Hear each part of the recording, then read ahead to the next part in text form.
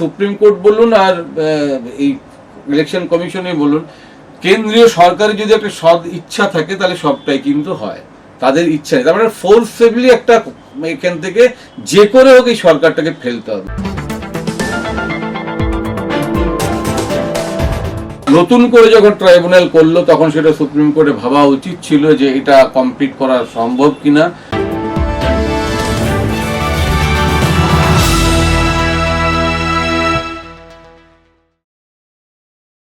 ভোটের আগে নতুন করে আইনি জটিলতা পশ্চিমবঙ্গে। এসআইআর, ট্রাইব্যুনালের শুনানি, আদালতের হস্তক্ষেপ, পরিস্থিতি বেশ জটিল। যাদের নাম বাদ পড়েছে তারা ভোট দিতে পারবেন তো, নাকি ঝুলে থাকবে তাদের ভাগ্য? স্যার, ট্রাইব্যুনাল শুরু হয়ে গেছে, কিন্তু আমার প্রথম প্রশ্ন হচ্ছে, ট্রাইব্যুনাল কি 12 দিনে এই পুরো পশ্চিম বাংলায় হিয়ারিং কমপ্লিট করতে পারবে? আপনার কি মতামত? না দেখুন, যদি মানে নিউট্রালি যদি বলতে হয়, মানে ইচ অ্যান্ড এভরি ট্রাইব্যুনাল, আমাদের এখানে তো অনেকগুলো ট্রাইব্যুনাল আছে, বিভিন্ন ট্রাইব্যুনাল আছে, মানে ল্যান্ড ট্রাইব্যুনাল আছে, সেন্ট্রাল ট্রাইব্যুনাল আছে, যেখানে ক্যাট বলি, central administrative tribunal, state administrative tribunal, land tribunal, অনেকগুলো ট্রাইব্যুনাল আছে। এবং এই ট্রাইব্যুনাল একটা গাইডলাইন্স আছে, হ্যাঁ, মানে একটা ল, তো ট্রাইব্যুনালটা একটা ল সাবজেক্ট, তার মানে ট্রাইব্যুনালটার ডেফিনেশন, কখন কতদিনের মধ্যে ফাইল করা যায়, কিভাবে ডিসপোজ আপ করে, এগ্রিড পার্টি ওর অর্ডার এগেনস্টে কোথায় যাবে, এইগুলো একটা ট্রাইব্যুনালের একটা ফ্রেমওয়ার্ক থাকে। এটা কিছু নেই, শুধু বলা আছে ট্রাইব্যুনালে যাওয়া। তাহলে how to make an application before this tribunal, সেটার একটা ফরম্যাট থাকে। মানে আমি যে কোনো ধরনের হাইকোর্ট বলুন, লোয়ার কোর্ট বলুন, ট্রাইব্যুনাল বলুন, যে কোনো জায়গায় যদি আপনি একটা অ্যাপ্লিকেশন করেন, সেই অ্যাপ্লিকেশনের একটা ফরম্যাট থাকে, সেই ফরম্যাটটা স্পেসিফাইড হতে হবে, সেরকম কোনো গাইডলাইন্স নেই। তার মানে ট্রাইব্যুনালটা তো হলো এসআইআরটা চলাকালীন একটা একটা মানে এমার্জেন্সি সিচুয়েশন একটা ক্রপড আপ করলো, তার জন্য ট্রাইব্যুনাল হলো। তাহলে তার আগের থেকে কিছু করাই নেই। তাহলে এইখানটাতে কিন্তু খুব একটা মানে আমরা যে হাইকোর্টে মামলাগুলো করি মূলত সেটা কি জন্য, infringement of the constitutional right, habeas corpus, mandamus, quo warranto, certiorari, এই যে রিটগুলো আছে সেগুলো হচ্ছে ultimately infringement of the constitutional right. তাহলে আপনি দেখুন, নমিনেশনের ফাইলের ডেট পেরিয়ে গেল, এখনো পর্যন্ত একটা লোক, তিনি এখানকার ভোটার কি ভোটার নয়, ওই যে ডিসক্রিপেন্সিস, তারপরে মানে কি লজিক্যাল ডিসক্রিপেন্সিস নাম করে সেভাবে রেখে দিয়েছে। তাহলে একটা এখানকার যে পশ্চিমবঙ্গের বাসিন্দা, সেই যে জায়গাতেই বাস করুক না কেন, যে কোনো জায়গায় ভোটে দাঁড়ানোর অধিকার তার আছে। তাহলে এই নমিনেশন ফাইলটা পেরিয়ে গেল, তারপরে ঠিক হবে তিনি ভোটার কি ভোটার নয়, তাহলে তার ভোটাধিকার রাইটটাতে চলে গেল। তাহলে এইটা এত বড় একটা মানে গন্ডগোল, এটা সুপ্রিম কোর্টও দেখছে না। এটা মানে কেন্দ্রীয় সরকার, আমি তো বলবো সুপ্রিম কোর্ট বলুন আর এই ইলেকশন কমিশনে বলুন, কেন্দ্রীয় সরকারের যদি একটা সৎ ইচ্ছা থাকে তাহলে সবটাই কিন্তু হয়। তাদের ইচ্ছা নেই, তার মানে ফোর্সফুলি একটা এখান থেকে যে করে হোক এই সরকারটাকে ফেলতে হবে। দেখুন, তৃণমূল কংগ্রেস এই দুর্নীতি নিয়ে যদি কেউ কথা বলে, আমি তো তাকে বাধা দিতে পারি না। অনেক দুর্নীতি তো হয়েছে এবং সেগুলো প্রাইমা ফেসি এস্টাবলিশ। ফলে কোনো লোক দুর্নীতি নিয়ে কথা বললে আমি তাকে বাধা দিতে পারি না, অন্যায় বলছে এটাও বলতে পারি না।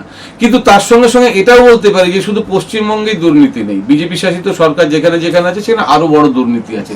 এবং সেটার জন্য আমি এটা সাবস্ট্যান্সিয়েট করতে চাইছি না যে ওখানে আছে বলে এটা ঠিক, সেটাও আমি বলতে চাইছি না। উল্টো দিকে যদি আমি দেখি, দুর্নীতি থাক বা যাই থাক, যদি ভোটটা হয়, একটা ভোটাধিকারের মাধ্যমে যদি একটা সরকার পরিবর্তন হয়, সেটা তো সবসময় স্বাগত। গণতান্ত্রিক পদ্ধতিতে আমি আপনি সবাই চাইবো যে সরকার পরিবর্তন হলে হবে, না হলে না হবে, কিন্তু ট্রান্সপারেন্সিটা থাকুক। সেটা কিন্তু এখানে একদমই নেই।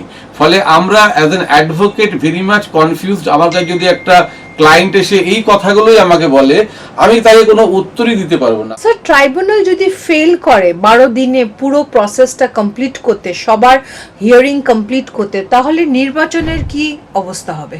দেখুন, একটা কথা আছে ক্রিমিনালদের, যে যদি কয়েক হাজার দোষী ব্যক্তি ছাড়া পেয়ে যায়, তার থেকেও নিষ্ঠুর একটা মানে ইনজাস্টিস হবে যদি একজন নির্দোষ ব্যক্তি তার সাজা হয়ে যায়।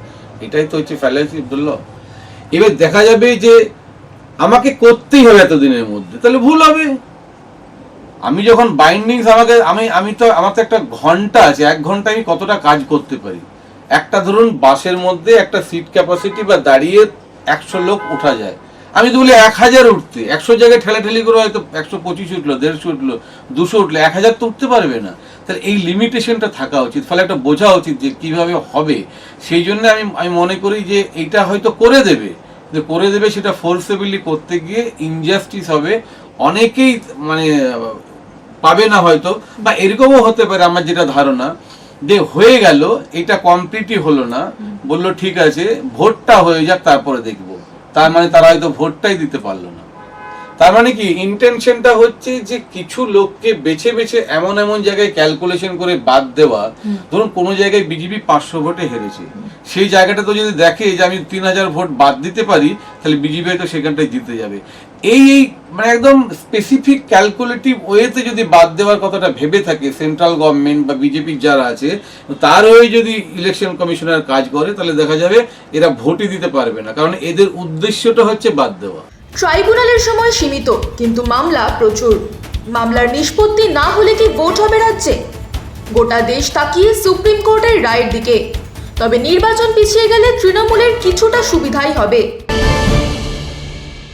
কিন্তু তাহলে তো স্যার নির্বাচন পিছিয়ে মানে যাবে যদি ভোট না, বৈধ ভোটার যদি ভোট না দিতে পারে, যেটা বিজেপি একাধিকবার, বিজেপি শুভেন্দু থেকে শুরু করে অমিত শাহ থেকে শুরু করে শ্রমিক ভট্টাচার্য সবাই বলছে নো এসআইআর নো ভোট, তাহলে তো নির্বাচন না। আমাদের এখানে কিছু কিছু জিনিস হয় না, মানে আমার অভিজ্ঞতা দিয়ে বলছি যে হয়তো একজনকে চাকরি পাওয়ার জন্য কেউ আবেদন করেছে, সে বুঝতে পারছে যে আমি চাকরি পাবোই আইনে, কোর্টের কাছে যখন রিট পিটিশনটা করা হলো না, ও কোনো ইন্ট্রিম অর্ডার দিল না বা ফাইনাল ডিসপোজ অফ করলো না, হয়তো 5 মাস পরে হয়তো মামলাটা রাখলো।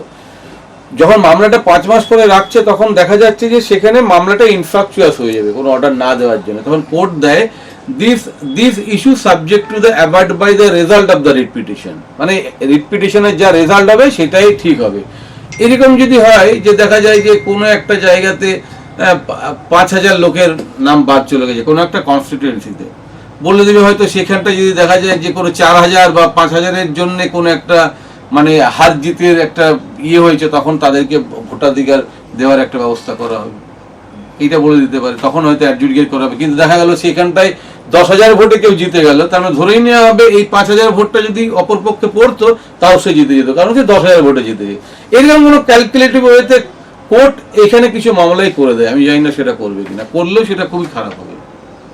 অ্যাজ আ ডিলিটেড ভোটার, আজকে যদি আমি একজন ডিলিটেড ভোটার হই আর সুপ্রিম কোর্টে যাই, তাহলে সুপ্রিম কোর্ট কি শুনানি দিতে বাধ্য, নাকি সুপ্রিম কোর্ট আমার শুনানিকে রিফিউজ করতে পারে? দেখুন, সংবিধান রক্ষা করাই তো হচ্ছে হাইকোর্ট সুপ্রিম কোর্টের কাজ। নট অনলি দ্যাট, আজকে ধরুন ট্রাইব্যুনাল কথাটা আমি কোনো কনস্টিটিউশনালের কোনো প্রভিশন আছে কিনা আমি দেখিনি, কারণ সুপ্রিম কোর্টই তো এটা করলো। তাহলে যখন যেটা দরকার হয়, মানে ডিমান্ড যদি মানে ক্রাইসিস পিরিয়ডে কোনো ডিমান্ড থাকে, তখন সেটা মেক আউট করা হয়। যেমন আমরা যখন ল পড়ে, যখন সাইবার ল ছিল না, পরবর্তীকালে সাইবার ক্রাইম হচ্ছে, সাইবার ল হলো, তারপরে যখন যেটা প্রয়োজন হয় তখন সেটা করে। পরে স্পেশাল ইন্টেনসিভ রিভিশন বলেও কিছু নেই, স্পেশাল বলে কিছু নেই, ইন্টেনসিভ রিভিশন আছে আর্টিকেল 324, আর্টিকেল 326, সেখানে কথা বলা আছে। ট্রাইব্যুনালের কথা কোথাও কিন্তু বলা নেই। নতুন করে যখন ট্রাইব্যুনাল করলো, তখন সেটা সুপ্রিম কোর্টে ভাবা উচিত ছিল যে এটা কমপ্লিট করা সম্ভব কিনা, বা এটার বিরুদ্ধে তো কেউ সুপ্রিম কোর্টে যেতেই পারে। কিন্তু আমি যতটুকু শুনলাম নাকি বলেই দিয়েছি যে ট্রাইব্যুনাল যে অর্ডারটা দেবে দ্যাট ইজ দ্য ফাইনাল।